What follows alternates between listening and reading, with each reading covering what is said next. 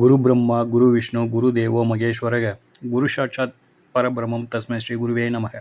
ஓம் ஸ்ரீ ராஜகணபதி ஐயனே போற்றி போற்றி. ஓம் ஸ்ரீ லோபாமுத்திரை சமேத ஸ்ரீ அகத்தியர் ஐயா போற்றி போற்றி. அனைவருக்கும் வணக்கம். குரு அருள் ஆஸ்ட்ரோ முத்து உங்களோடு. இன்றைய பதிவில் நாம் எடுத்துக்கொண்ட தலைப்பு அப்படின்னு பார்க்கின்ற பொழுது திருமணத்தில் செவ்வாய் பகவான். இந்த தலைப்பு கொஞ்சம் பெரிய ஒரு சப்ஜெக்ட்டுங்க. இதை பேசணும் அப்படின்னாக்கா குறைஞ்சபட்சம் ஒரு நாள் வகுப்பு எடுக்கலாம். அந்த அளவுக்கு இதில் விஷயங்கள் உள்ளது. இருப்பினும் இதில் இருக்கிற முக்கியமான சாராம்சங்கள், அதாவது இது தரும் ஒரு பயம், தாமதம், தடை, செவ்வாய் தோஷம் உண்டா இல்லையா, இப்படியான ஒரு குறிப்பிட்ட ஒரு டாப்பிக்கு மட்டும் நம்ம ஒரு ரிசல்ட் கொடுக்க இருக்கிறோம். இந்த பதிவு அப்படிங்கிறது கொஞ்சம் நீளமாக தான் இருக்கும் அப்படிங்கிறத பார்த்துக்கோங்க, சரிங்களா? ஸோ இந்த பதிவு வேறு எந்த மாதிரியான ஒரு நிலைப்பாட்டை தரும் அப்படின்னாக்கா, ஜோதிடத்தில் எனக்கு சுத்தமாக பரிச்சயமே இல்லை அப்படிங்கிற அளவு ஒரு அன்பர்களுக்கு இது ஒரு தெளிவை தரும் இந்த பதிவு. ரெண்டாவது, நான் இப்போ தான் ஜோசியத்தில் ஒரு அடிப்படை நிலையில் இருக்கின்ற ஒரு மாணவர் அப்படிங்கிற மாதிரியான ஒரு நிலையில் இருப்பவர்களுக்கு ஒரு நல்ல புரிதலையும் நல்ல ஒரு விதிகளையும் இந்த பதிவு நிச்சயம் தரும் அப்படிங்கிறதுல எந்த ஒரு மாற்று கருத்தும் இல்லை. ஸோ அடுத்ததாக ஒரு சொல்ல வர விஷயம் என்னன்னாக்கா, இட்ஸ் நாட் ஒரு என்டர்டைன்மெண்ட் வீடியோ அப்படிங்கிறதுல பார்த்துக்கோங்க.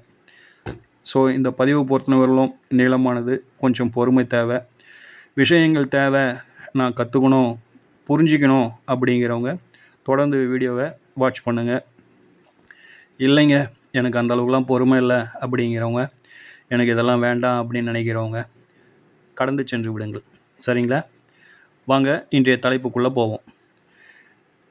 திருமணத்தில் செவ்வாய், இதை நம்ம எப்போ கையில் எடுக்கிறோங்க அப்படின்னு ஒரு கேள்வி வரும் இல்லை?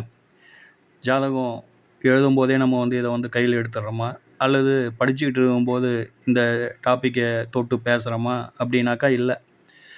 திருமணம் அப்படின்ட்டு வரும்பொழுது தான் இந்த டாப்பிக்கை நம்ம கையில் எடுக்கிறோம். அப்போ தான் ஜோதிடர்களும் இந்த மாதிரி தோஷம் இருக்குது அப்படிங்கிறதையும் சொல்லுவாங்க.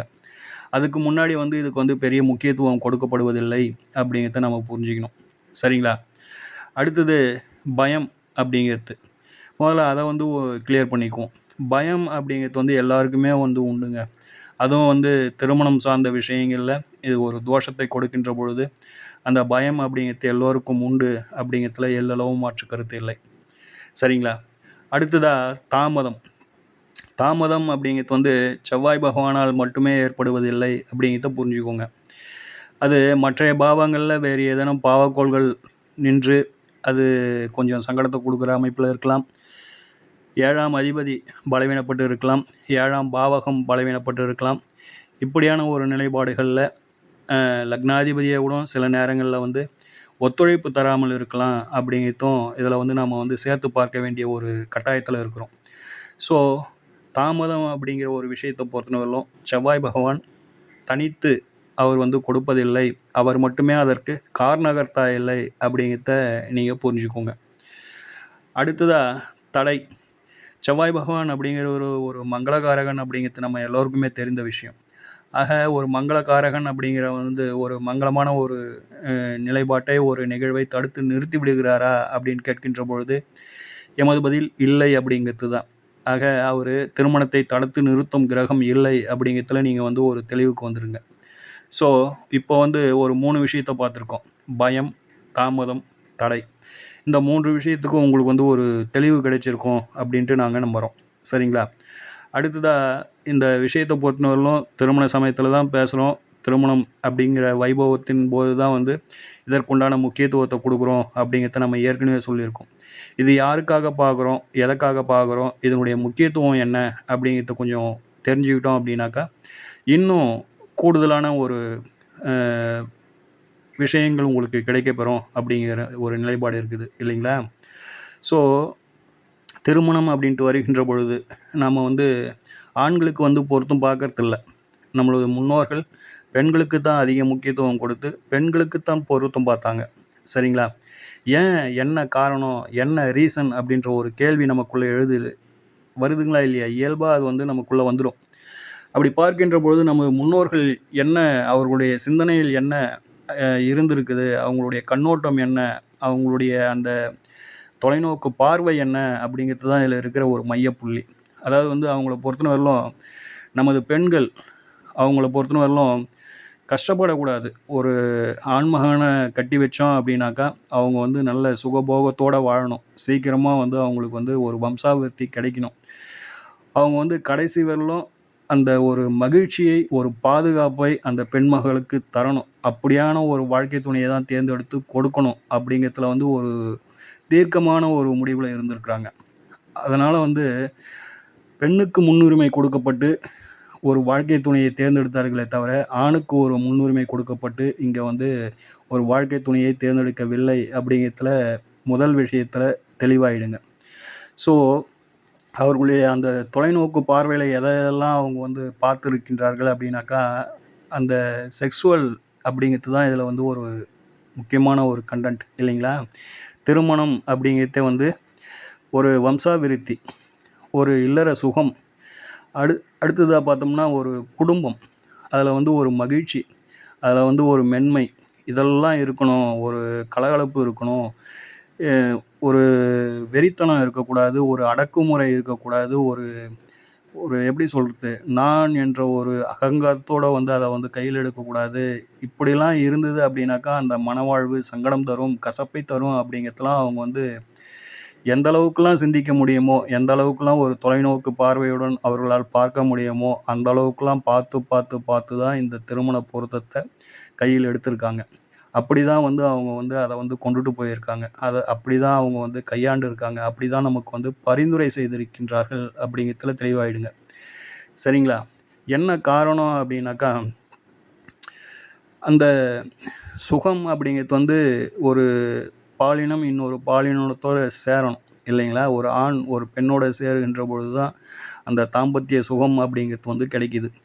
அப்போ ஒரு ஆண் வந்து ஒரு முரட்டுத்தனமாக, ஒரு ஒரு ஆக்ரோஷமாக, அவனுக்கு மட்டுமே வந்து ஒரு பிடித்த விஷயங்களை, பிடித்த மாதிரியான ஒரு செயல்பாடுகளை செய்பவனாக, அல்லது வந்து ஒரு ஆக்ரோஷமாக இப்படிதான், அப்படிதான் அப்படின்னு சொல்லிட்டு ஒரு வன்மம் அதில வந்து ஒரு வன்மம் அப்படிங்கிறத வந்து இந்த இடத்துல எப்படி சொல்லலாம் அப்படின்னாக்கா, ஒரு ஃபோர்ஸ் பண்றது.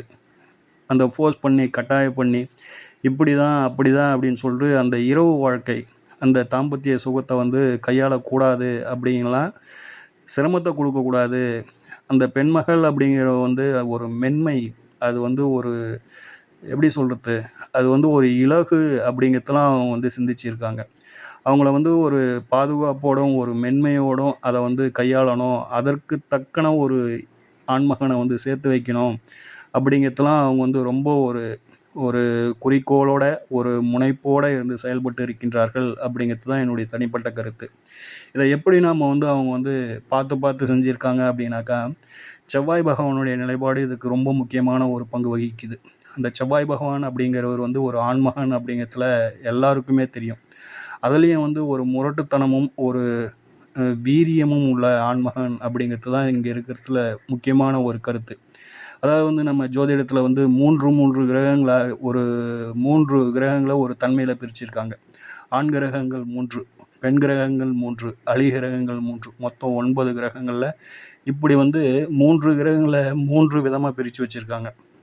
இதுல ஆண் கிரகங்கள் என்று சொல்லுகின்ற பொழுது சூரிய பகவான், குரு பகவான், செவ்வாய் பகவான். இதுல வீரியம் அப்படின்ட்டு வருகின்ற பொழுது ஒரு ஆண்மகனுக்கு ஒரு வீரியம் இருக்குதா?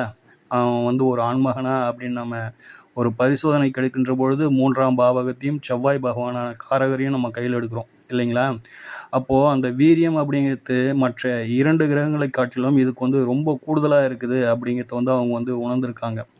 அதேபோல வந்து முன்கோபம், அந்த முன்கோபம் அப்படிங்கிறதும், அந்த அடக்குத்திறன் அப்படிங்கிறதும், அதேபோல வந்து அந்த ஆளுமை அப்படிங்கிறதும், அதுக்கு அடுத்ததா பார்த்தோம் அப்படின்னாக்கா, உடலின் தட்பவெப்பநிலை, அதாவது வந்து சூட்டு உடம்பா, குளிர்ச்சி உடம்பா, அது அந்த சூடு என்ன செய்யும்? அந்த குளிர்ச்சி என்ன செய்யும்? அந்த சூடும், குளிர்ச்சியும் சேர்ந்தா என்ன செய்யும்?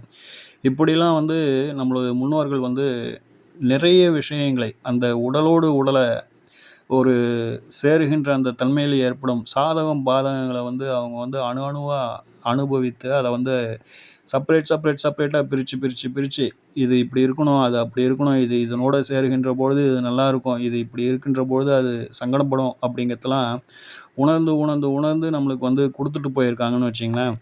அதில் அந்த தொலைநோக்கு பார்வையில் நம்ம வந்து ஒரு 30% இப்போ கையில் எடுக்கிறோமா அப்படின்னாக்கா கொஞ்சம் கஷ்டம்தான். அந்த அளவுக்கு வந்து நம்ம ஒரு இம்பார்ட்டன்ட் கொடுக்கறதில்ல அப்படிங்கிறது என்னுடைய தனிப்பட்ட கருத்து. சரிங்களா? அது எப்படிலாம் அவங்க வந்து ஆய்வு பண்ணியிருக்காங்க, எப்படிலாம் வந்து அவங்க வந்து அதுக்கு வந்து முன்னுரிமை கொடுத்துருக்காங்க அப்படின்னாக்கா, இந்த 12 பாவங்களில் வந்து 5 பாவங்களை வந்து செவ்வாய் பகவான் நின்றால் அப்படிங்கிற ஒரு நிலைப்பாட்டில் அவங்களுடைய ஆய்வுகளை தொடர்ந்து இருக்காங்க. அதாவது வந்து குடும்பஸ்தானம், 2வது சுகஸ்தானம். சுகம் அப்படிங்கிறது வந்து உடம்பு. அந்த உடம்பு, உடல், மனம் அந்த இரண்டும் அங்கே ஒரு பாவக்கோள் இருக்கின்ற பொழுது என்ன நிகழ்வு தருகின்றது அப்படின்னு சிந்திச்சிருக்காங்க. அடுத்ததாக களத்திரஸ்தானம் 7ஆம் இடம். அதுக்கு அடுத்ததாக ஆயுள் ஸ்தானம் ஆண்களுக்கு 8ஆம் இடம். அதே 8ஆம் இடம் பெண்களுக்கு மாங்கல்ய ஸ்தானம். அந்த இடத்தில் செவ்வாய் நின்றால் ஏற்படும் நிலைப்பாடுகள். அடுத்ததாக 12ஆம் இடம். 12ஆம் இடம் அப்படிங்கிறது தாங்க தூக்கம். அந்த தூக்கம், கட்டில் சுகம் அப்படிங்கிறது 12ஆம் இடமாக கொடுக்கப்பட்டிருக்குது. அந்த 12ஆம் இடத்தின் 8ஆம் இடம் அப்படிங்கிறது தான் வந்து 7ஆம் இடம். அதாவது வந்து கலஸ்திர ஸ்தானம். அந்த கலஸ்திர ஸ்தானம் என்று சொல்லக்கூடிய 7ஆம் இடம் எந்த அளவுக்கு வந்து ஒரு சுபத்தன்மையோடும் சுபகிரகங்களின் தொடர்போடும் இருக்கின்றதோ அந்த அளவுக்கு வந்து திருமண வாழ்க்கையில் வந்து அந்த திருமண வாழ்வின் இல்லற சுகமானது அந்த திருமண வாழ்வின் நீடித்து ஒரு நிலையான ஒரு வாழ்க்கையை கொடுப்பது அப்படிங்கிறதுலாம் வந்து அந்த 7ஆம் இடத்துலையே அது வந்து நிர்ணயித்து விடுகின்றது அப்படிங்கிறத பார்த்துக்கோங்க. ஆக அந்த 7ஆம் இடம் அப்படிங்கிறது வந்து சிறப்பாக இருக்கணும். அதே போல் வந்து அந்த 7ஆம் இடத்துக்கு 8ஆம் இடம் என்று சொல்லக்கூடிய 2ஆம் இடம், இந்த 2 இடங்களும் வந்து சிறப்பாக இருந்துடுச்சு அப்படின்னு சொன்னோம்னா அது வந்து ரொம்ப சிறப்பாக ஒரு நீடித்த ஒரு திருமண வாழ்வையும், நீடித்த ஒரு தாம்பத்திய சுகத்தையும், ஒரு மகிழ்ச்சியையும், ஒரு ஆனந்தத்தையும், வசந்தத்தையும் கொடுக்கின்றது அப்படிங்கிறதெல்லாம் வந்து அவங்க வந்து உணர்ந்திருக்காங்க. சரிங்களா? ஸோ ரொம்ப முக்கியமானது அப்படின்னு பார்க்கின்ற பொழுது இந்த ஸ்தானங்கள். இது ஏன் சுகஸ்தானம் அப்படிங்கிறது 4ஆம் இடம் பார்த்துக்கோங்க. இந்த 4ஆம் இடத்துக்கு பாக்கியஸ்தானம் அப்படின்னு எடுக்கின்ற பொழுது அந்த 12ஆம் இடம். அதே போல் வந்து இந்த 5ஆம் இடத்திற்கு 8ஆம் இடம் அப்படிங்கிறது இந்த 12ஆம் இடம் பார்த்துங்க. அந்த பூர்வ புண்ணியம், அந்த புத்திரம், அதனுடைய வளர்ச்சி, எதிர்ப்பு எப்படி இருக்குது, அதற்கான எதிர்ப்புகள் ஏதேனும் இருக்கின்றதா அப்படிங்கிறதுலாம் அந்த 12ஆம் இடம் தான் தீர்மானிக்குது அப்படிங்கிறத நம்ம மறந்துடக்கூடாது. ஆக இப்படி அவர்களுடைய அந்த தொலைநோக்கு பார்வையானது ரொம்ப சூப்பராக வந்து செயல்பட்டு இருக்குது. அதை நாம தான் வந்து சரியாக பின்பற்றுவதில்லை அப்படிங்கிறது நம்மளுடைய கருத்து பார்த்துக்கங்க. இப்போது முதல்ல வந்து இந்த தோஷம் அப்படிங்கிறதுக்கு சின்ன அது ஒரு 2ஆம் பாவத்தில் இருந்தால் என்ன மாதிரியான ஒரு நிலைப்பாட்டை தருது, 4ஆம் பாவத்தில் இருந்தால் என்ன மாதிரியான ஒரு நிலைப்பாட்டை தருது அப்படிங்கிறத ஒரு சிறு விளக்கமாக பார்த்துருவோம். இப்போது 2ஆம் பாவத்தில் செவ்வாய் பகவான் இருக்கின்ற பொழுது அது வந்து குடும்பஸ்தானம் பார்த்துக்கோங்க. அந்த குடும்பஸ்தானத்தில் வந்து செவ்வாய் பகவான் இருக்கின்ற பொழுது அவர் இயற்கையாக வந்து அட்டமாதிபதி அப்படிங்கிறத மறந்துடக்கூடாது. இயற்கையாக அவர் வந்து ஒரு பாவக்கோள் அப்படிங்கிறத வந்து நம்ம வந்து மறந்துடக்கூடாது. அப்போது அவர் அங்கே இருக்கின்ற பொழுது செவ்வாய் பகவானுக்கு சிறப்பு பார்வைகள் அப்படின்னு சொல்லிட்டு 4ஆம் பார்வையும் 8ஆம் பார்வையும் உண்டு. எல்லா கிரகத்துக்கும் 7ஆம் பார்வையும் உண்டு. ஆக மொத்தத்தில் வந்து 4, 7, 8 அப்படிங்கிறது அவருடைய பார்வைகள். அப்போது 2ஆம் இடத்துல குடும்பஸ்தானத்தில் செவ்வாய் பகவான் நிற்கின்ற பொழுது 4ஆம் பார்வையாக 5ஆம் இடத்தை பார்ப்பார். 5ஆம் இடம் என்பது வம்சா விருத்தியை சொல்லக்கூடிய இடம், குழந்தை பேரை சொல்லக்கூடிய இடம். அப்போது 5ஆம் இடத்துக்கு ஒரு பாவக்கோளின் தொடர்பு அப்படின்ட்டு வருகின்ற பொழுது அது வந்து தாமதங்களை தரலாம், அல்லது அதில் ஒரு சின்ன ஒரு இடர்பாடுகளை தரலாம் அப்படிங்கிற மாதிரியான ஒரு நிலைப்பாடு. அடுத்ததாக 2ஆம் இடத்தில் இருந்து 8ஆம் இடத்தை பார்க்கின்ற பொழுது அது வந்து 2 விதமாக பார்க்கணும். அது வந்து களத்திர ஸ்தானத்தின் குடும்பஸ்தானம், வாக்குஸ்தானம் அப்படிங்கிற மாதிரியும், அடுத்ததாக வந்து ஆண்களுக்கு வந்து அது வந்து ஆயுள் ஸ்தானம் அப்படிங்கிறதையும் பார்க்கணும். அப்போது 8 அப்படிங்கிறது அவரே வந்து ஒரு இயற்கையின் அட்டமாதிபதி, அவரே வந்து ஒரு பாவக்கோள். அவர் இந்த 5ஆம் இடத்தையும் பார்த்து 8ஆம் இடத்தையும் பார்த்து அதுக்கு அடுத்ததாக வந்து 9ஆம் 9ஆம் இடத்தையும் பார்த்துருவார் 8ஆம் பார்வையாக. அது வந்து தெய்வ அனுகூலத்தை சொல்லக்கூடிய ஒரு இடம். அப்போ பாக்கியம், அந்த பாக்கியத்தையும் பார்த்து அந்த குடும்பஸ்தானத்தில் நிற்கின்ற பொழுது அது என்னவாகுது அப்படின்னாக்கா, காலாகாலத்தில வந்து அவங்களுக்கு வந்து ஒரு திருமணத்த குடுக்கறதில்ல. காலாகாலத்தில வந்து ஒரு குழந்தை பேர குடுக்கறதில்ல. எப்பயும் பார்த்தோம் அப்படின்னாக்கா, ஒரு வாக்குவாதங்கள், சண்டை சச்சரவுகள் அப்படிங்கிறது நிகழ்ந்து கொண்டு இருக்கிறது. குடும்பத்தில வந்து ஒரு ஒற்றுமை குடுப்பதில்ல. குடும்பத்த வந்து அ குடும்ப நபர்கள வந்து வெவ்வேறு இடங்கள்ல நிக்க வச்சுடுது. பிரிச்சு விட்டுடுது. ஒரு சுப நிகழ்வுல எல்லோரும் சேர்ந்து செய்யணும் அப்படின்னு ஆசைப்பட்டாலும் வந்து அது வந்து அவ்வளவு எளிதில் கைகூடுறதில்ல. அந்த சுப நிகழ்வுன்னு கூடும்போது ஏதோ ஒரு கலகம், ஏதோ ஒரு வாக்குவாதம், ஏதோ ஒரு மனக்கசப்பு அப்படிங்கிறத ஏற்படுத்தி விட்டுடுது அப்படிங்கிறதெல்லாம் வந்து அவங்க வந்து உணர்ந்திருக்காங்க. அது உண்மையா அப்படின்னு கேட்டா, அது நடப்புல நாம ஜாதகங்கள எடுத்து ஆய்வு செய்கின்ற பொழுது, அது வந்து அப்படியே இருக்குது அப்படிங்கிறத வந்து நாம வந்து உணர முடியுது. அதனுடைய தன்மைகள் அப்படிதான் இருக்குது அப்படிங்கிறத வந்து பார்க்க முடிகின்றது. அதேபோல வந்து 8ஆம் இடத்தை பார்க்கின்ற பொழுது, அது வந்து என்ன ஆகுது அப்படின்னாக்கா 2ல இருந்து 8 பார்க்கும் சமசப்தம பார்வையாக. அப்போ அது வந்து ஒரு ரத்த தோஷத்தை கொடுத்து விடுகின்றது அப்படிங்கிறதெல்லாம் ஒரு நிலைப்பாடு பார்த்துக்கோங்க. அப்போ தெய்வ அனுகூலம் இல்லாததுனால, அந்த பாக்கியஸ்தானத்தையும் பார்ப்பதனால, தெய்வ அனுகூலம் இல்லாததுனால நம்மளுக்கு அந்த சுப நிகழ்வு ஒரு மன நிறைவு, மன மகிழ்ச்சி, மன சந்தோஷம் அப்படிங்கிறதெல்லாம் சூறையாடி விடுகிறது அப்படிங்கிற மாதிரியான ஒரு நிலைப்பாடு. சரிங்களா? ஸோ 2ஆம் இடத்துல இருந்தா இந்த மாதிரியான ஒரு நிலைப்பாட்ட குடுக்குது. அப்போ அந்த 2ஆம் இடத்தில் இருக்கின்ற பொழுது, அது ஒரு சங்கடமான நிலை அப்படிங்கிறத பார்த்துக்கோங்க. அடுத்ததா 4ஆம் இடத்துக்கு வருவோம். 4ஆம் இடம் அப்படிங்கிறது வந்து ஒரு சுகஸ்தானம். சுகம் அப்படிங்கிறது வந்து உடல் சுகம். உடம்பு ஆரோக்கியமா இருக்கணும். இல்லைங்களா? அந்த உடம்பு நல்லா இருந்ததுனா தான் சுவர் இருந்தால் தான் சித்திரம். அப்போ உடலும், மனமும் நல்லா இல்ல, கெட்டுப்போச்சு அப்படின்னாக்கா, அதில வந்து என்னதான் நம்ம வந்து மற்றைய விஷயங்கள் நம்ம கையில இருந்தது அப்படின்னாலும், அந்த உடலும், மனமும் பலவீனப்படுகின்ற பொழுது, அது வந்து ஒரு திருப்தியான ஒரு நிலைய குடுப்பதில்ல அப்படிங்கிறத பார்த்துக்கோங்க. அடுத்ததா 4ஆம் இடத்துல இருந்து களத்திர பாவமான 7ஆம் இடத்த பார்ப்பார். சமசப்தம பார்வையா. அடுத்ததா 10ஆம் இடத்த பார்ப்பார். ஜீவனஸ்தானம். அடுத்ததா 11ஆம் இடம். ஆக களத்திர பாவங்கள் அப்படின்னு சொல்லப்படுவது 3. 1 3ஆம் பாவம், 7ஆம் பாவம், 11ஆம் பாவம். இது 3ம் ஒவ்வொன்னும் ஒன்றுக்கொன்று திரிகோணத்தில் வரும் பாவங்களா இருக்கும். அப்போ 2 திருமண பாவங்கள வந்து செவ்வாய் பகவான் பார்த்துருவார். அப்போ இதுவும் வந்து கொஞ்சம் சிறப்பில்லாத தன்மை அப்படிங்கிறத பார்த்துக்கோங்க. அடுத்ததா 7ஆம் இடத்துல இருக்கின்ற பொழுது, அவர் வந்து நேரடி பார்வையாக, சமசப்தம பார்வையா லக்னத்த பார்த்துருவார். செவ்வாய் அப்படிங்கிறவர் வந்து ஒரு வேகம், ஒரு ஆராய்ச்சி மனப்பான்மை உடைய ஒரு கிரகம். எத பத்தியும் சிந்திக்காது. மத்தவங்கள பத்தி ஒரு கவலை கொள்ளாது. நான் என்ற ஒரு அகம்பாவம் கொண்ட கிரகம். அது 7ஆம் இடத்துலேருந்து லக்னத்த பார்க்கின்ற பொழுது, அதனுடைய தன்மை இன்னும் வீரியப்படும். ஒரு கிரகம் தன் வீட்டை தானா பார்த்தா, அந்த கிரகம் பலமடைகிறது. அந்த பாவமும் பலமடையுதுன்னு சொல்லுவாங்க. அந்த வகையில பார்க்கின்ற பொழுது, அந்த லக்னம், அந்த செவ்வாயின் குணத்த அப்படியே வந்து அப்சர்வ் பண்ணி வச்சிருக்கும். இன்னும் மேன்மேலும் அந்த சிந்தனைகள்ல வந்து அந்த அந்த ஆக்ரோஷம், அந்த இதெல்லாம் வந்து சேர்ந்து இருக்கும் அப்படிங்கிற மாரியான ஒரு நிலைப்பாடு. அவங்கள வந்து எந்த விதத்திலயும் வந்து நம்மளால வந்து கட்டுப்படுத்த முடியாது. அவங்க சொல்றது, அவங்க செய்யறது தான் சரி அப்படின்ற ஒரு நிலைப்பாட்டுல இருப்பாங்க. அவங்களுக்கு நாம அடங்கி போகணுன்ற ஒரு நிலைப்பாடு அவங்கள்ட்ட எப்பயுமே இருக்கும் அப்படிங்கிறதெல்லாம் நம்ம வந்து புரிஞ்சுக்கணும். அடுத்ததா பார்த்தோம் அப்படின்னாக்கா, அது வந்து 2ஆம் இடத்த பார்க்கும். 8ஆம் பார்வையா 2ஆம் இடத்த பார்க்கும். ஏற்கனவே 2ஆம் இடத்துல இருந்தா என்ன ஒரு நிலைப்பாடு நம்ம சொல்லியிருந்தோமோ, ஒரு கிரகம் இருக்கும்பொழுது என்ன ஒரு நிலைப்பாட்ட தருதோ, அதே மாரி நிலைப்பாட்ட பார்க்கின்ற பொழுதும் தரும். எப்படி அப்படின்னாக்கா, தன்னுடைய சுபாவத்த எல்லாம் அது மேல திணிக்கும். "நீ இப்படி நட, இப்படி பேசு" அப்படின்றதெல்லாம் ஃபோர்ஸ் பண்ணி அது மேல அந்த பாவத்தின் மீது அது வந்து திணிக்க ஆரம்பிச்சுரும். ஸோ, அந்த நிலைப்பாட்டினால அந்த 2ஆம் இடமும் பலவீனப்படுது. இல்லைங்களா? அடுத்ததா இப்போ இதுக்கு அடுத்தது 8ஆம் இடம். 8ஆம் இடம்ன்னும்போது பெண்களுக்கு வந்து அது வந்து மாங்கல்ய ஸ்தானம் ஆகுது. அப்போ அது வந்து மாங்கல்ய தோஷம் அப்படிங்கிற ஒரு நிலைப்பாட்ட எட்டி விடுது. 8ஆம் இடத்துல இருக்கின்ற பொழுது அது வந்து 2ஆம் இடத்த பார்க்கும். இல்லைங்களா? அப்போ நேரடி பார்வையா 2ஆம் இடத்த பார்க்கும். இந்த பக்கம் 4ஆம் பார்வையா 11ஆம் இடத்த பார்க்கும். அடுத்ததா 8ஆம் பார்வையா 3ஆம் இடத்த பார்க்கும். 3, 11ன்றது நம்ம ஏற்கனவே சொல்லியிருந்தோம். இது வந்து திருமண பாவங்கள் அப்படின்னு சொல்லிட்டு. அது வந்து 3ஆம் இடம் அப்படிங்கிறது வந்து வீரியஸ்தானம். இது 8ஆம் இடம் அப்படிங்கிறது வந்து ஒரு மறைவு ஸ்தானம்.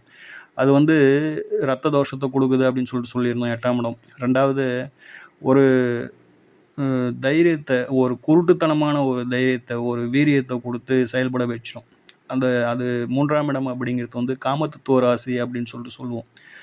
அப்போது இது எல்லாமே வந்து பார்த்தோம் அப்படின்னாக்கா ஒரு சிறப்பில்லாத தன்மைகள் இருக்குது அப்படிங்கிறத நீங்கள் புரிஞ்சுக்கோங்க. அடுத்ததா 12ஆம் இடம். 12ஆம் இடத்த பத்தி தான் நம்ம முதல்லயே சொல்லியிருந்தோம். அது வந்து ஒரு தூக்கம், இரவு வாழ்க்கையை சொல்லக்கூடியது. அந்த தாம்பத்தியம் அப்படிங்கிறத சொல்லக்கூடியது. கட்டிலறையை சொல்லக்கூடியது. அந்த இடத்துல வந்து ஒரு வெப்ப கிரகம். நான் அப்படிங்கிற ஒரு சொல்லை வந்து தன் மீது வைத்துக்கொண்டு இருக்கும் ஒரு கிரகம். இப்படி தான் செய்யணும், இப்படி தான் போகணும், இப்படி தான் வரணும். எனது எதிர்பார்ப்பு, எனது எண்ணம், எனது செயல், எனது மகிழ்ச்சி அப்படின்னு சொல்லிட்டு நான் என்ற ஒரு அகங்காரம் கொண்டது. ஒரு முரட்டுத்தனம் கொண்டது. இப்படியெல்லாம் இருக்கின்ற பொழுது, அது இந்த படுக்கறையில வந்து ஒரு அ மென்மை இருக்கணும் இல்லைங்களா? ஒரு மென்மை இருக்கணும்.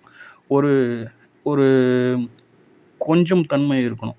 ஒரு கெஞ்சி நம்ம வந்து ஒரு குழைந்து அப்படின்ட்டுலாம் சொல்லுவோம் இல்லைங்களா? அது போன்ற தன்மையில வந்து ஒரு அணுக வேண்டிய ஒரு விஷயத்த, தனது பலாக்கிரமத்த கொண்டு நான் அப்படின்ற ஒரு ஆணவத்தோடும், ஒரு அகந்தையோடும், ஒரு அ மற்றவர்களுக்கு அது சரியா அது அ சரியா வருமா அப்படின்லாம் எந்த ஒரு சிந்தனையும் இல்லாம, மற்றவர்களின் அந்த மனோநிலையை புரிந்து கொள்ளாமல், உடல்நிலையை அந்த உடல் உபாதைகளை புரிந்து கொள்ளாமல், அப்படி நடக்கின்ற பொழுது அது வந்து ஒரு நீடித்த ஒரு திருமண வாழ்வுக்கு ஒரு சங்கடத்தை கொடுக்கும் அமைப்பா இல்லைங்களா? இல்லையா? அப்போ அது ஏற்கனவே வந்து அது சூட்டு உடம்பு. அவங்களுடைய எதிர்பாலினம் அந்த சூட்ட தாங்கக்கூடிய நிலையில இருக்கணும். இவங்களுடைய முரட்டுத்தனத்த அது தாங்கக்கூடிய நிலையில இருக்கணும். இப்படியெல்லாம் அவங்க வந்து சிந்திச்சிருக்காங்க அப்படிங்கிறதுக்காக நம்ம இந்த விஷயத்த வந்து இங்க வந்து சொல்ல வரோம். சரிங்களா? ஸோ இப்படியெல்லாம் இருக்கின்ற இந்த நிலைப்பாடுகள்ல இது வந்து செவ்வாய் பகவான் தரும். இந்த பாவங்கள்ல நிற்கின்ற பொழுது இப்படியெல்லாம் ஒரு நிலைப்பாடுகள தருது அப்படிங்கிறத வந்து நம்ம முன்னோர்கள் வந்து உணர்ந்திருக்காங்க. அது சரியா, தவறா அப்படின்று நாம ஆய்வு செய்கின்ற பொழுது, ஆம் அப்படின்னு தான் நம்ம பதில் சொல்ல வேண்டியது இருக்கே தவிர, அத கடந்து இது தப்பு அப்படின்னு சொல்லிட்டு கடந்து போகும் அந்த வாய்ப்ப வந்து நம்மளுக்கு வந்து குடுக்கவே இல்ல. சரிங்களா? இந்த நிலைப்பாட்ட நம்ம வந்து பார்த்துக்கணும். இப்போ அடுத்த ஸ்டெப்புக்கு போவோம். இது இதெல்லாம் இப்படி இருக்குது. இதனுடைய நிலைப்பாடு இதுதான் அப்படிங்கிறத நீங்க புரிந்து இருப்பீங்க அப்படின்னு சொல்லிட்டு நம்புறோம். இப்போ செவ்வாய் பகவான பொறுத்தவரையிலும் முதல்ல வந்து அவரு தனித்து இருக்கின்ற பொழுது ஒரு நிலைப்பாடு. அதாவது வந்து தனித்து அப்படின்னாக்கா, அவருக்கு வந்து ஏதோ ஒரு ராசிய நீங்க வந்து மைண்ட்ல வச்சுக்கங்க. உதாரணமா வந்து அவர வந்து மிதுனத்தில வைங்க. மிதுனத்தில இருக்கிறார். அவரு மற்றைய தொடர்புகள் அப்படின்னு போகும்போது, அது அந்த வீடு ஒரு தொடர்பா வரும். அவர் நின்ற அந்த ராசி ஒரு தொடர்பா வரும். அடுத்ததா அவர் நின்ற சாரம் ஒரு தொடர்பா வரும். இதை தவிர்த்து அப்படின்னு பார்க்கின்ற பொழுது, கிரகங்கள் அவருக்கு சமசப்தம பார்வையிலயோ, அவரு அந்த மிதுன ராசியிலோ அப்படிலாம் இல்லாம இருக்கின்ற பொழுது, அது வந்து தொடர்புல வந்து பெரிய அளவுல வராது. இல்லைங்களா? மேற்சொன்ன அந்த 2 விஷயங்கள்ல வந்து அது மறைமுகமா வரும். சாரம் அப்படிங்கிறதும், அந்த ராசி அப்படிங்கிறதும் அடுத்த நிலை. சரிங்களா? இப்போ வந்து நம்ம கிரக தொடர்புகளுக்கு வந்துருவோம். அவரு சமசப்தம பார்வையில இருக்கின்ற பொழுது, அது வந்து நேரடி தொடர்பா வரும். அதுக்கு அடுத்தது வந்து அவருக்கு திரிகோணங்கள்ல இருக்குதான்னு நீங்க வந்து செக் பண்ணணும். அவரோட சேர்ந்து இல்ல எந்த கிரகமும். அப்போ அது வந்து தனித்த செவ்வாய். அவரோட 7ஆம் பார்வையில கிரகங்கள் இல்ல. அப்போ அவர் வந்து தனித்த செவ்வாய். அவருக்கு திரிகோணங்கள்ல எதனா கிரகம் இருக்குதான்னு பாருங்க. அவருக்கு திரிகோணங்கள்ல கிரகம் இருந்தது அப்படின்னாக்கா, அதுவும் வந்து ஒரு கிரகச் சேர்க்கை அப்படிங்கிறத பார்த்துக்கோங்க. அந்த திரிகோண பாவங்களில் இருக்கும் கிரகங்களும் வந்து அவரோட சேர்ந்து செயல்படும் தன்மை உடையது அப்படிங்கிறத பார்த்துக்கோங்க. இதில என்ன ஒரு விஷயம் அப்படின்னாக்கா, அவரோடு சேர்ந்து இருக்கின்ற அவருடைய நேரடி தொடர்பில் இருக்கின்ற கிரகங்களுடைய அந்த சேர்க்கையானது ரொம்ப ஃபாஸ்ட்டா வந்து அந்த பலன வந்து குடுத்துரும். அந்த திரிகோணங்கள்ல இருக்கிற அந்த கிரகங்களானது எப்போ அதனுடைய பலன குடுக்கும் அப்படின்னாக்கா, அவர்களுடைய தசாபுத்தி காலங்கள் வருகின்ற பொழுதும், கோச்சாரத்தில வருகின்ற பொழுதும், அதுபோன்ற அந்த வருங்காலங்களில் அது குடுக்கும் அப்படிங்கிறத வந்து நம்ம வந்து உணர்ந்து வைத்துக் கொள்ள வேண்டும் அப்படிங்கிறத பார்த்துக்கோங்க. எல்லா கிரகங்களுமே வந்து அதனுடைய தசாபுத்திகள் வருகின்ற பொழுது கொடுக்க தான் போகுது.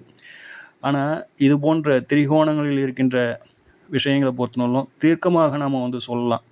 இதுக்கு அடுத்தது இப்போ இந்த கொஞ்ச நாள் பொறுத்து இதனுடைய நிலைப்பாடு வெளிப்படும் அப்படிங்கிறது. கொஞ்சம் டைமிங் தான் கொஞ்சம் வித்தியாசப்படுமே தவிர, கொடுக்காமல் போகாது அப்படிங்கிறதுல எந்த விதமான மாற்று கருத்தும் இல்ல. சரிங்களா? ஸோ, இந்த நிலைய வந்து நீங்க வந்து பார்த்துக்கங்க. இப்போது இந்த தனித்த செவ்வாயை பற்றி ஏன் இவ்வளோ தூரம் நம்ம வந்து சொல்கிறோம் அப்படின்னாக்கா, தனித்த செவ்வாய் அப்படிங்கிறவர் வந்து ஒரு பெரிய பாதிப்புகளை தருவதில்லை. திருமண வாழ்க்கையில் ஒரு பெரிய பாதிப்புகளை அவர் வந்து தருவதில்லை அப்படிங்கிறத பார்த்துக்கோங்க. சரிங்களா? இப்படி தனித்து இருக்கும் செவ்வாயானவர் பரிகாரத்திற்கு உட்பட்ட செவ்வாய் அப்படிங்கிறத மைண்டில் வச்சுக்கிங்க. அதாவது வந்து நம்ம தோஷ சாமியெல்லாம் பார்ப்போம் இல்லைங்களா? அதாவது வந்து இந்த இடத்துல செவ்வாய் இருந்தால், இந்த இடத்துல எதிர்பாலினத்துக்கு செவ்வாய் இருந்தால் அது சமமாகிடும், அந்த தோஷம் சாமியம் பெற்றுவிடும், பெரிய அளவில் பாதிப்புகளை தராது அப்படின்னு சொல்லிட்டு சொல்கிறோம் இல்லைங்களா? அந்த நிலைப்பாட்டுக்குள்ளே அந்த செவ்வாய் பகவான் வந்துடுவார். அப்படி தனித்து இருக்கின்ற செவ்வாய் பகவானை பொறுத்தவரையிலும் பரிகார செவ்வாய் பரிகாரம் செய்தோம் அப்படின்னாக்கா அதற்கு பலன் உண்டு அப்படிங்கிறதுக்காக தான் இவ்வளவு தூரம் வந்து நம்ம வந்து அதை வந்து விரிவாக வந்து சொல்லிகிட்டு இருக்கோம். சரிங்களா? ஆக தனித்த செவ்வாய் அப்படிங்கிறவரால் பெரிய அளவில் வந்து பாதிப்பில்லை அப்படிங்கிறத மைண்டில் வச்சுங்க. அது வந்து பரிகாரத்துக்கு உட்பட்டு அதை வந்து நம்ம வந்து தோஷ சாமியத்தின் மூலம் அதை வந்து சரி செய்து கொள்ளலாம் அப்படிங்கிறத மைண்டில் வச்சுங்க. சரிங்களா? அடுத்த நிலைக்கு வருவோம். அடுத்து தோஷம் உண்டா அப்படியே செவ்வாய் தோஷம் உண்டா அப்படின்ற ஒரு கேள்வி வருது இல்லைங்களா? செவ்வாய் தோஷத்துக்கு பொறுத்தவரையிலும் நிறைய விதிவிலக்குகளும் நிறைய விதிகளும் நிறைய விதிவிலக்குகளும் உண்டு. அந்த விதிவிலக்குகளை கையில் எடுக்கின்ற பொழுது பலருக்கு வந்து செவ்வாய் தோஷம் இல்லை அப்படிங்கிற அமைப்பை தான் அது வந்து வெளிப்படுத்தும். ஆனால் இது எல்லாத்தையும் தாண்டி மன வாழ்க்கை அப்படின்ட்டு வருகின்ற பொழுது சில கிரக சேர்க்கைகளில் செவ்வாய் பகவான் ஏற்படுத்தி கொள்ளுகின்ற பொழுது, தொடர்புகளை ஏற்படுத்தி கொள்ளுகின்ற பொழுது அது வந்து செவ்வாய் தோஷம் உண்டு அப்படின்ற ஒரு நிலைப்பாட்டை எட்டி விடுகிறது. அப்படியான ஒரு நிலைப்பாடு உள்ள ஒரு கிரக சேர்க்கைகளை நாம் இப்போ பார்க்கலாம்.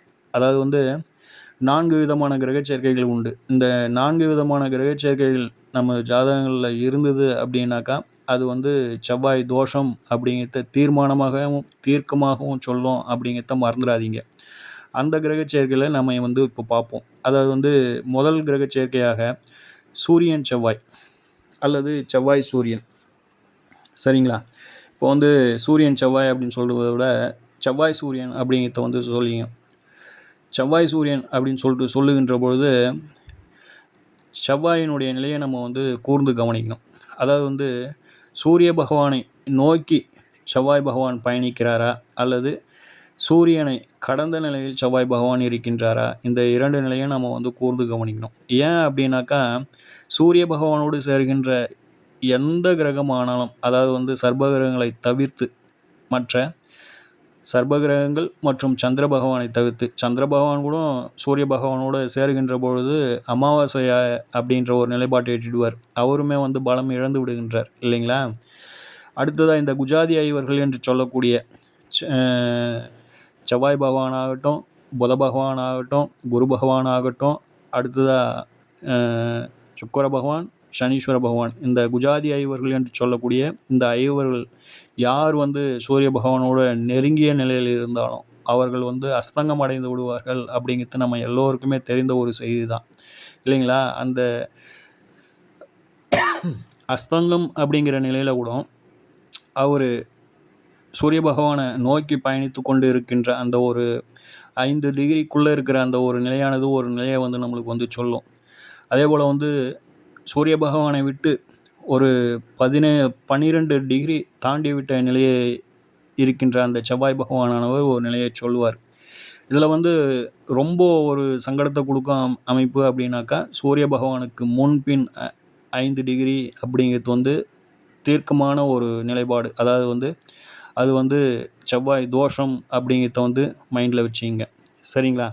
அதற்கு வந்து எந்த ஒரு பரிகாரங்களோ இல்லை அல்லது மற்ற விஷயங்களோ இல்லை அப்படிங்கிறத பார்த்துக்குங்க. ஆக சூரியன் செவ்வாய் சூரியன் இந்த சேர்க்கையில் முன்பின் 5 டிகிரி அப்படிங்கிறத ஞாபகம் வச்சுங்க. இது வந்து தோஷம் உண்டு அப்படிங்கிற ஒரு நிலைப்பாட்டுக்குள்ளே வந்துருங்க. அடுத்ததாக பிரிவினைக்கோள் என்று சொல்லக்கூடிய செவ்வாய் சனீஸ்வர பகவான், இந்த 2 கிரகங்களின் சேர்க்கை. இந்த 2 கிரகங்களை பொறுத்தவரையிலும் இந்த இரண்டுமே வந்து நேர் எதிர்த்தன்மை உள்ள கிரகங்கள் அப்படிங்கிறது நம்ம எல்லாருக்குமே தெரியும். இதில் செவ்வாய் பகவான் அப்படிங்கிறவர் வந்து ஒரு வெப்ப கிரகம், வேகமான கிரகம். இதில் சனீஸ்வர பகவான் அப்படிங்கிறவர் வந்து ரொம்ப ஸ்லோ பிளானட். அடுத்ததாக குளிர்ச்சியை சொல்லக்கூடிய கிரகம்.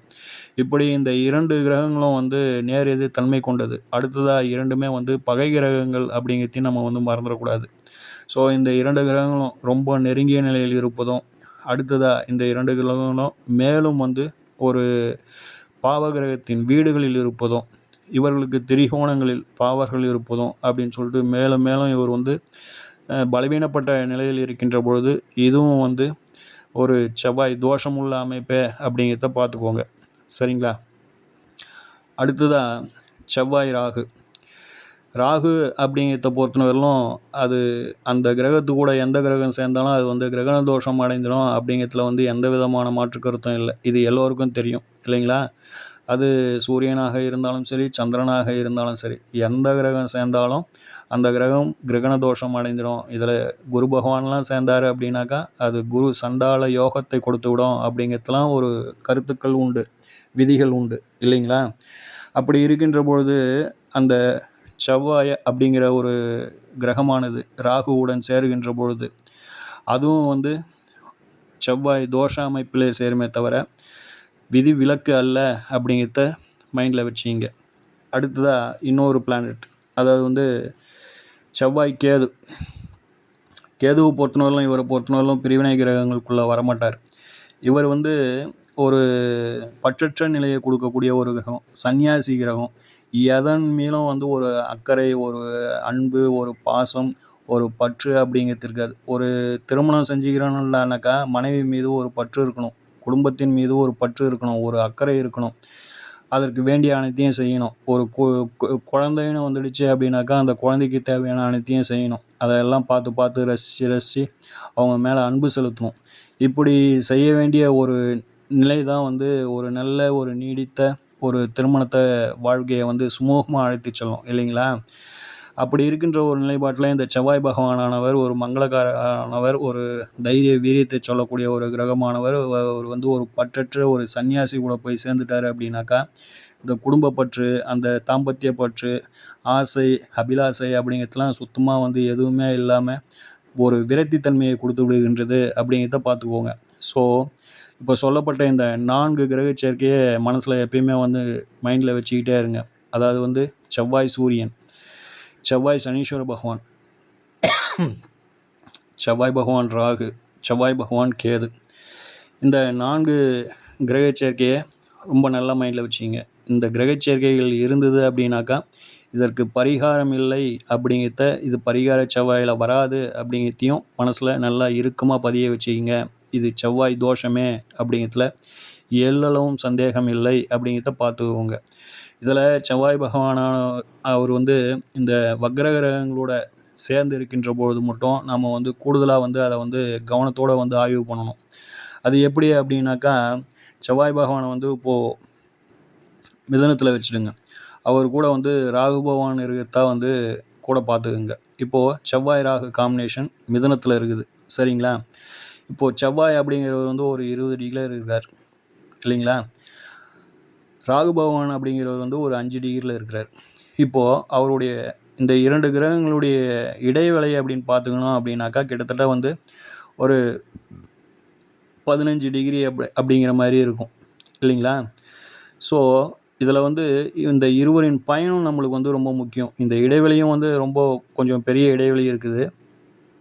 இவர்களுடைய பயணம் அப்படிங்கிறதும் ரொம்ப முக்கியமான ஒரு விஷயமாக பார்க்கப்படுது. இப்போது செவ்வாய் பகவானை பொறுத்தவரையிலும் 20 டிகிரிலேருந்து அடுத்து அவர் வந்து 21 டிகிரிக்கு வருவார்.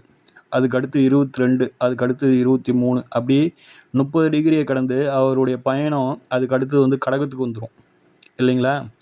அடுத்ததாக ராகு பகவானை பார்ப்போம். அவர் 5 டிகிரியில் இருக்கிறார். அதுக்கடுத்து அவருடைய பயணம் 4 டிகிரி 4க்கு போகும், அடுத்தது 3க்கு போகும், அடுத்தது 2க்கு போகும். அடுத்ததாக அவருடைய பயணம் இந்த பக்கம் இடது பக்கம் பார்த்தோம் அப்படின்னாக்கா மிதுனத்தில் இருந்து ரிஷபத்துக்கு வந்துடுவார். ஆக இந்த இரண்டும் அதனுடைய கிரகச்சேர்க்கை ஒரே வீட்டில் இருந்தாலும் இதனுடைய டிஸ்டன்ஸ் ரொம்ப அதிகமாக இருக்குது. இவங்களுடைய பயணம் வெவ்வேறாக இருக்குது, வெவ்வேறு திசைகளில் இருக்கின்றது அப்படிங்கிறத வந்து நல்லா ஞாபகத்தில் வச்சுக்கோங்க. ஸோ இது போன்ற தன்மைகள் இருக்கும்போது இதனுடைய வீரியம் கொஞ்சம் குறைவாக இருக்கும் அப்படிங்கிறத நம்ம வந்து மனசில் வச்சுக்கணும். அடுத்ததாக இந்த மாதிரி தன்மைகளில் இவ்வளோ டிஸ்டன்ஸு கேப் இருந்து ஒரு சுபகிரகத்தின் பார்வை இருந்தது அப்படின்னாலும் அதனுடைய வீரியமும் கொஞ்சம் கட்டுப்படும் அப்படிங்கிறத பார்த்துக்கோங்க. சரிங்களா? அடுத்து ஒரு முக்கியமான விஷயமாக, இப்போது செவ்வாய் வந்து பலவீனப்பட்டுட்டார். இந்த மாதிரி பாவக்கோள்களோடு சேர்ந்து பலவீனப்பட்டுட்டார் அப்படின்னும் பொழுது அவருடைய தசாபுத்திகளை நம்ம வந்து பார்ப்போம். ஒரு சில அன்பர்களுக்கு குழந்தை பருவத்திலே வந்து செவ்வாய் பகவானுடைய தசா முடிஞ்சிட்ருக்கும். ஒரு சில அன்பர்களுக்கு செவ்வாய் பகவான் ஒரு 80 வயசு 70 வயசில் வருகின்ற அமைப்பாக இருக்கும். அப்போது அது போன்ற அமைப்புகளில் இருக்கின்ற பொழுது அந்த புத்தி காலங்கள் அப்படிங்கிறது வந்து நிச்சயமாக வந்து ஒரு சின்ன ஒரு சலசலப்பை ஒரு ஒரு ஆட்ட தான் செய்யும். அதில் எந்த ஒரு மாற்று கருத்தும் இல்லை. இருந்தாலும் அந்த தசாகாலங்கள் கொடுக்கின்ற அந்த நீண்ட நெடிய வருத்தங்களை காட்டிலும் இந்த புத்தி காலங்கள் கொஞ்சம் சீக்கிரமாக முடிவடைஞ்சிடும் அப்படின்னும் பொழுது அதிலேருந்து நம்ம கொஞ்சம் சீக்கிரமாக வெளியில் வந்துடலாம் அப்படிங்கிற மாதிரியான ஒரு நிலைப்பாடு இல்லைங்களா? கொஞ்சம் ஆறுதல் பட்டுக்கலாம். அதிலிருந்து ஒரு ஒரு 60% வந்து நம்ம வந்து கொஞ்சம் ஆறுதல் பட்டுக்கலாம் அப்படிங்கிற மாதிரி. அவ்வளவுதானே தவிர சுத்தமாக எதுவுமே செய்யாமல் போகாது அப்படிங்கிற ஒரு நிலைப்பாட்டுக்குள்ளே போயிடாதீங்க. எப்படி இருந்த போதிலும் அது ஒரு சங்கடத்தை கொடுக்கும். அடுத்ததாக, பாதிக்கப்பட்ட செவ்வாய் பகவானானவர் வேறு எந்த கிரகத்திற்கும் அவருடைய சாரத்தை கொடுக்காமல் இருக்கணும் அப்படிங்கிற ஒரு விஷயத்தை நீங்கள் நல்லா உள்வாங்கிக்கிங்க. அதாவது வந்து ஏற்கனவே வந்து அவர் பாதிக்கப்பட்டு இருக்கிறார். அவர் ஒரு சங்கடத்தை கொடுக்க தான் போகிறார். இப்போது மேற்சொன்ன இந்த 2 விஷயங்களை தப்பிச்சிட்டாலும் இவர் வந்து ஒரு 2-3 கிரகத்துக்கு சாரம் கொடுத்துருந்தாருன்னு வச்சுங்க, அது எரியிற தீயில எண்ணெயை ஊற்றின கதையாக ஆகிடும் இல்லைங்களா? அப்போது என்ன தான் நம்ம வந்து எவ்வளோ முயற்சி செய்தாலும் அதனுடைய அந்த பலன்களை வந்து நம்ம வந்து எது செஞ்சோம் அதை வந்து நம்ம வந்து கட்டுக்குள்ளே கொண்டு வர முடியாது, அதன் வீரியத்தை வந்து குறைக்க முடியாது அப்படிங்கிறத பார்த்துக்கோங்க. சரிங்களா? இப்போ சொன்ன விஷயங்களில் எல்லாத்தையுமே வந்து ஒரு நோட்டில் எழுதி வச்சு உங்களுக்கு வர ஜாதகங்களில் உங்களுக்கு தெரிஞ்சவங்க ஜாதகங்களில் நீங்கள் அப்ளை பண்ணி பாருங்கள். செவ்வாய் பகவான் இப்படி பலவீனப்பட்டு இருந்தால், அந்த தோஷத்துடன் இருந்தால் அது தோஷம்தான். அந்த தோஷத்திற்கு பரிகாரங்கள் இல்லை அப்படிங்கிறதுல தீர்க்கமாக இருந்துருங்க. நம்ம என்ன உன்னத்தவங்க இதுக்கு பரிகாரம் இருக்குதுங்கன்னு சொல்லி உங்களை எதனா செய்ய சொன்னாங்க அப்படின்னாக்கா அதில் ஏமாற்றம் தான் மிஞ்சுமே தவிர நமக்கான சாதகமான பலன்கள் நடக்காது அப்படிங்கிறத நல்லா உள்வாங்கிக்கோங்க. சரிங்களா? திரும்பவும் பார்த்துக்கோங்க. நம்ம இந்த பதிவில் பயம் அப்படிங்கிறத பார்த்துருக்கோம், தாமதம் அப்படிங்கிறத பார்த்துருக்கோம், தடை அப்படிங்கிறத பார்த்துருக்கோம், தோஷம் உண்டா இல்லையா அப்படிங்கிறத பார்த்துருக்கோம். ரெண்டாவதாக, இது பரிகாரத்திற்கு உட்பட்டதா அப்படிங்கிற ஒரு விஷயத்தையும், இது பரிகாரத்திற்கு உட்படாது, இதற்கெல்லாம் பரிகாரமே கிடையாது அப்படிங்கிற அமைப்புகளையும் பார்த்துருக்கோம். அதாவது வந்து தனித்த செவ்வாய் அப்படிங்கிறவர் வந்து பரிகாரத்திற்கு உட்பட்டதாகவும், பாவர்களோடு சேர்ந்து சங்கடத்தில் உள்ள செவ்வாய் பகவான் அப்படிங்கிறதுக்கு பரிகாரமே இல்லை, அது செவ்வாய் தோஷமே அப்படிங்கிறதையும் தீர்மானமாகவும் தீர்க்கமாகவும் இந்த பதிவில் வந்து நம்ம வந்து உங்களுக்கு வந்து சொல்லியிருக்கோம். சரிங்களா? இந்த பதிவு நிச்சயமாக வந்து உங்களுக்கெல்லாம் ஒரு பயனுள்ள பதிவாக இருக்கும் அப்படின்ட்டு நம்புகின்றோம். ஓம் ஸ்ரீ ராஜகணபதி ஐயா அவர்களின் அருளோடும், ஓம் ஸ்ரீ லோபாமுத்திரை சமேத ஸ்ரீ அகத்தியர் ஐயா அவர்களின் ஆசியோடும் அனைவருக்கும் வாழ்வில் நலமும் வளமும் கிடைக்கப்பெற்று ஆனந்தமும் மகிழ்ச்சியும் என்றென்றும் நிலைத்திருக்கட்டும். வாழ்க வளமுடன், வாழ்க பல்லாண்டு. நன்றிகள், வணக்கம்.